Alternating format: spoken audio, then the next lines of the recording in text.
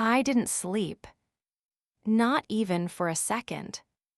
Mark's arm rested over my hand like it always had, warm and familiar, but now it felt like a question instead of comfort. I stared into the dark, listening to his breathing. In, out, steady, as if nothing was wrong. But everything was wrong. The camera behind the bookshelf replayed itself in my mind.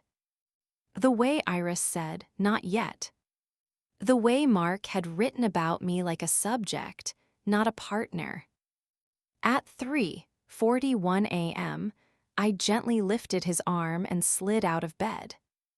The floor was cold. The house held its breath again. I walked barefoot to the living room and stood in front of the bookshelf. The red dot blinked once. I reached behind the frame and carefully twisted. The lens loosened in my fingers. It's so small. It's so powerful. So invasive. I turned it off. For the first time since opening that door, I felt something stronger than fear. I felt control. At sunrise, Mark woke to the smell of coffee. I stood in the kitchen, calm on the outside, shaking quietly inside. He entered, rubbing his eyes. "Morning," he said. "Morning," I replied. He sat, watched me longer than usual.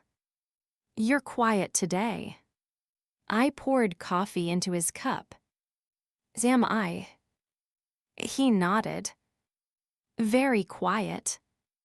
I met his eyes and decided the pretending was over.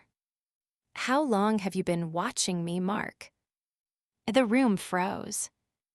Not dramatically, not loudly, but in the way air stills before storms.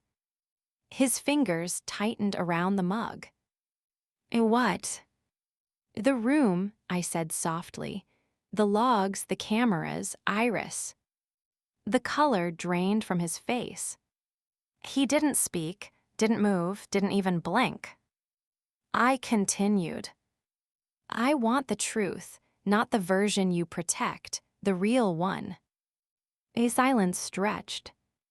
Then he exhaled. "Like surrender." "You weren't supposed to see any of that." My voice stayed gentle. "Oh, but I did." He leaned back in his chair, covered his face with his hands. For a long moment, he looked smaller than I had ever seen him. Finally, he whispered, "I was trying to keep you safe." I almost laughed and almost cried at the same time. "By spying on me."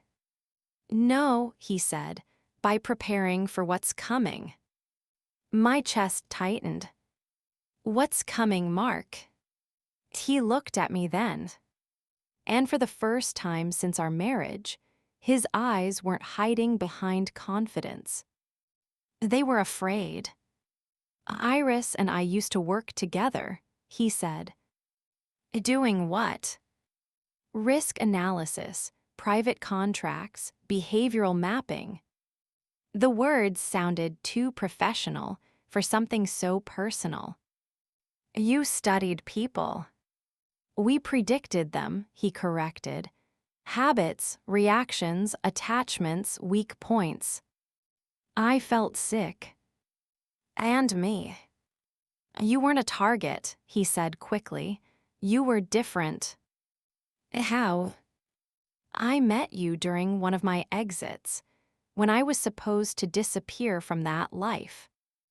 I swallowed. So our meeting wasn't accidental.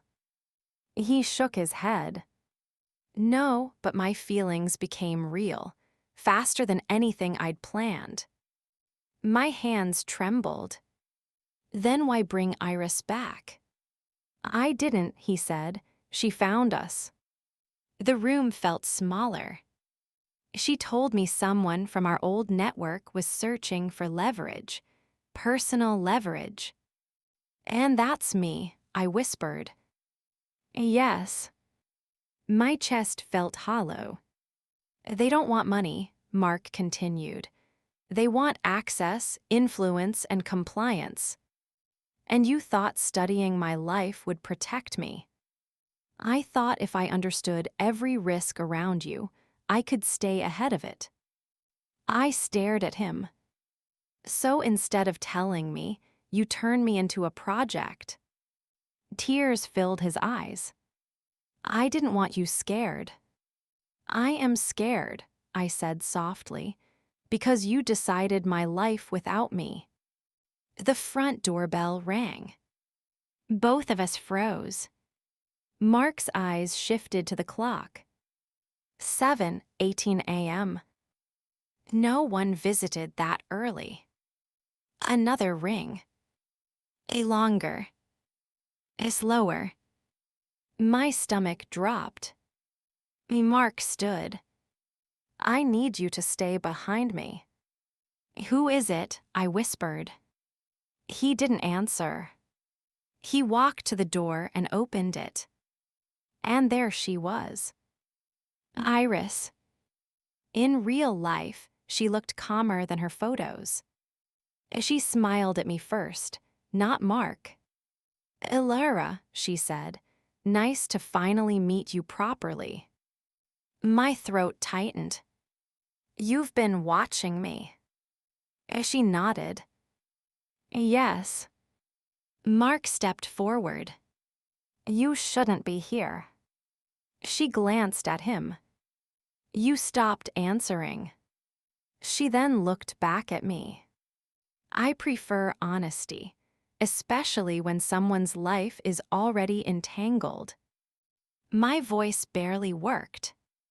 What do you want? She entered without waiting. Sat on the couch like she belonged there. I want you to choose. My heart pounded. I choose what? You can keep pretending this is a marriage problem. She glanced at Mark. Or you can understand that you're already visible to people who don't forget faces. I swallowed. Visible how? Because you're close to him. Mark's jaw clenched. I told you to stay away from her. Iris smiled slightly. You can't protect what you don't empower. She turned back to me. Elara, right now, you're fragile because you don't know your own value in this situation. What value? I whispered. You humanize Mark, she said, and people like him are dangerous when they forget how to feel. A silence fell. She continued. You can walk away from this house today. My breath caught. Or you can learn how to survive inside it.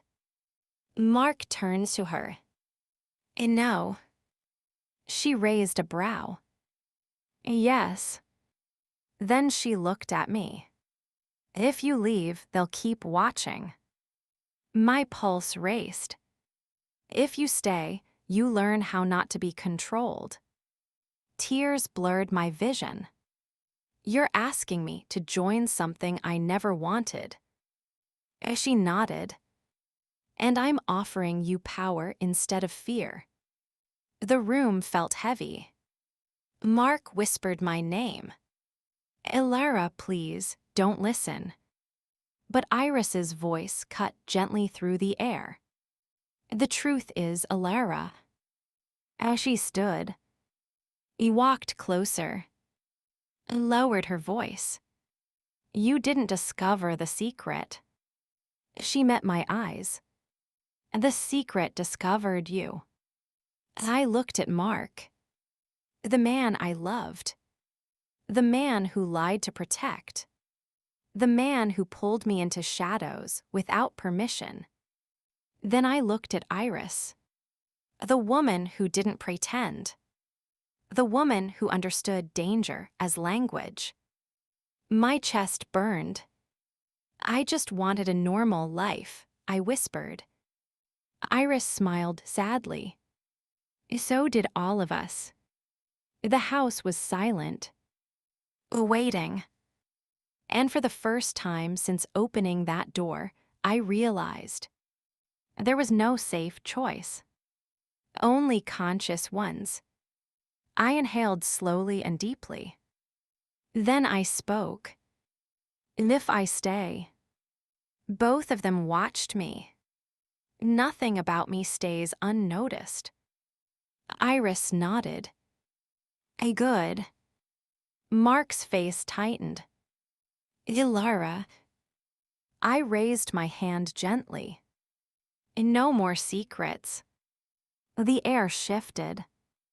And in that moment, I stopped being the woman who found the truth and became the woman who decided what to do with it.